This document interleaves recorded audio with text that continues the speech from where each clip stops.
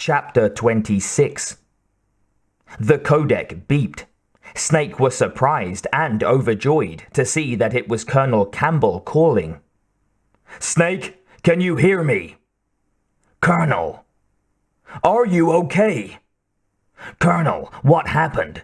The bombing stopped and you're back." Campbell laughed. "I'm pleased to see you're happy about it. The Secretary of Defense has been arrested. Early retirement." "Arrested?" "I was able to get into contact with the President. Metal Gear, the training exercise, all of it. It was all Houseman acting alone." "Huh, that figures. What happened to the air raid and nuclear strike?" "The orders were rescinded. The F-117s and B-2 Spirits have returned to base. Once again, I have complete authority over this operation." "I see. That's great." "Washington isn't stupid enough to use nukes to cover up a few secrets. In any case, the danger's over. Thanks, Snake." "Oh, and Colonel, you can rest easy. Meryl's fine. She's here with me." Snake had never seen Campbell so overcome with emotion. "Huh, really? My lord, that's... Snake, thank you. Thank you." "You're welcome." "Snake, she's my... daughter." "What?" "Meryl's my daughter. I didn't find out until recently. I got a letter from her mother, my dead brother's wife. I was going to tell her after this operation was over. I guess that's another secret I kept from you. And her."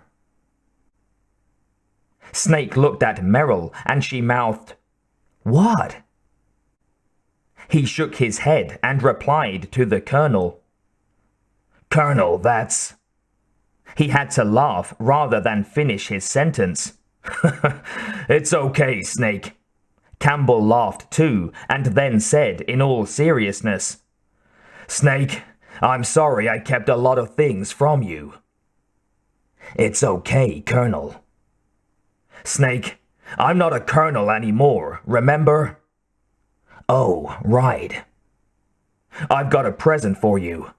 Mei Ling just saw a snowmobile on the satellite photos. It's real close to you. This time of the year, the glaciers are pretty calm. You should be able to ride right out of there. I'll bet the boys at the DIA and the NSA never expected you to come home alive." "Me neither. I better not show my face around there for a while." "No danger of that. You officially died after your jeep sank into the ocean." Snake said wryly, "Huh. That's not too far from the truth."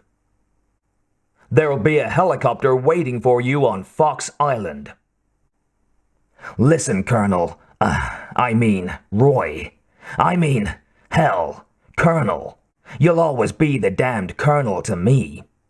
Anyway, we rescued all the civilian hostages. They're at the bunker near the loading tunnel entrance. Dr. Emmerich is with them." "That's even better news, Snake. Mei Ling has already spotted them. We'll send a transport to pick them up." Merrill limped over to where Otacon was standing. He had retrieved a coat, and the two conversed while Snake continued talking to Campbell. "You gonna be okay, Colonel?" he asked. "Don't worry. I've got an insurance policy. A hard copy of all Mei Ling's data. As long as I've got that, you, me, and Mei Ling will all be fine." Snake checked the time on the codec. "The battery on these nanomachines will run out soon. They won't be able to follow us." "I guess we won't meet again." "Don't worry. I'll pay you a visit sometime." "Really? I look forward to that." "Roy, just tell me one thing." "What?" "About Foxdie." "Well, Meryl will be fine. She wasn't included in its programming. What about me? It killed Liquid. Naomi said she wants to talk to you face to face about that. How is she? Don't worry. Mei Ling's with her right now. I'll switch you over. Hold on. Snake waited a few seconds, and then Naomi Hunter's face appeared on the monitor. Snake, it's me. Naomi. I heard about my brother. I'm sorry, but he had one last message he wanted to give you, Snake said. He quickly realized he shouldn't tell her the whole truth. It would make things worse for her. He told me to tell you to forget about him and to go on with your own life. Tears appeared in Dr. Hunter's eyes. Frankie said that? Yeah. He also said he'll always love you. Naomi, your brother saved you, me, and the whole world. He fought with every ounce of strength in his body. Maybe now he's found some peace. He wasn't really my brother anymore. Ever since he fought you in Zanzibar land, he's been living like a ghost looking for a place to die. She sobbed and turned away. Snake knew he had to ask the question straight out. Naomi, Liquid died from fox dye. What about me? When am I gonna go? Naomi sniffed and wiped her eyes. That's up to you. What do you mean? Everybody dies when their time's up. Yeah, so when's mine up? It's up to you how you use the time you have left. Live, Snake. That's all I can say to you. You'll just have to trust me on this. You do have time, but even I can't say how much. Snake, each person is born with their fate written into their own genetic code. It's unchangeable, immutable. But that's not all there is to life. I finally realized that. I told you before, the reason I was interested in genes and DNA was that I wanted to know who I was, where I came from. I thought that if I analyzed my DNA, I could find out who I was and who my parents were. And I thought that if I knew that, then I'd know what path I should take in life. But I was wrong. I didn't find anything. I didn't learn anything. Just like with the genome soldiers. You can input all the genetic information, but that doesn't make them into the strongest soldiers. The most we can say about DNA is that it governs a person's potential strengths, potential destiny. You mustn't allow yourself to be chained to fate or to be ruled by your genes. Humans can choose the type of life they want to live. Snake, whether or not you're in the Foxdie program isn't important. The important thing is that you choose life, and then live. It's what I'm going to do. Until today, I've always looked for a reason to live, but from now on, I'm going to stop looking and just live. Genes exist to pass down our hopes and dreams for the future through our children. Living is a link to the future. That's how all life works. Loving each other, teaching each other. That's how we change the world. It's the true meaning of life, and I just realized it. So thank you, Snake. You're welcome, Naomi. Goodbye, Snake. The codec transmission ended. Merrill approached him and said, Dr. Emmerich's staying with the hostages. He says for us to go on and find the snowmobile. Snake looked up and saw the scientist waving. He waved back. Thanks, Snake! Otacon called. "Thank you," Snake hollered back. He then took Meryl's arm and followed the map that showed up on the codec. It was slow going down a hill and over an icy outcrop of large rocks, but after a half hour they made it to the bottom of a cliff. Inside a small cave, there was a ZR 2500 Arctic Fox snowmobile.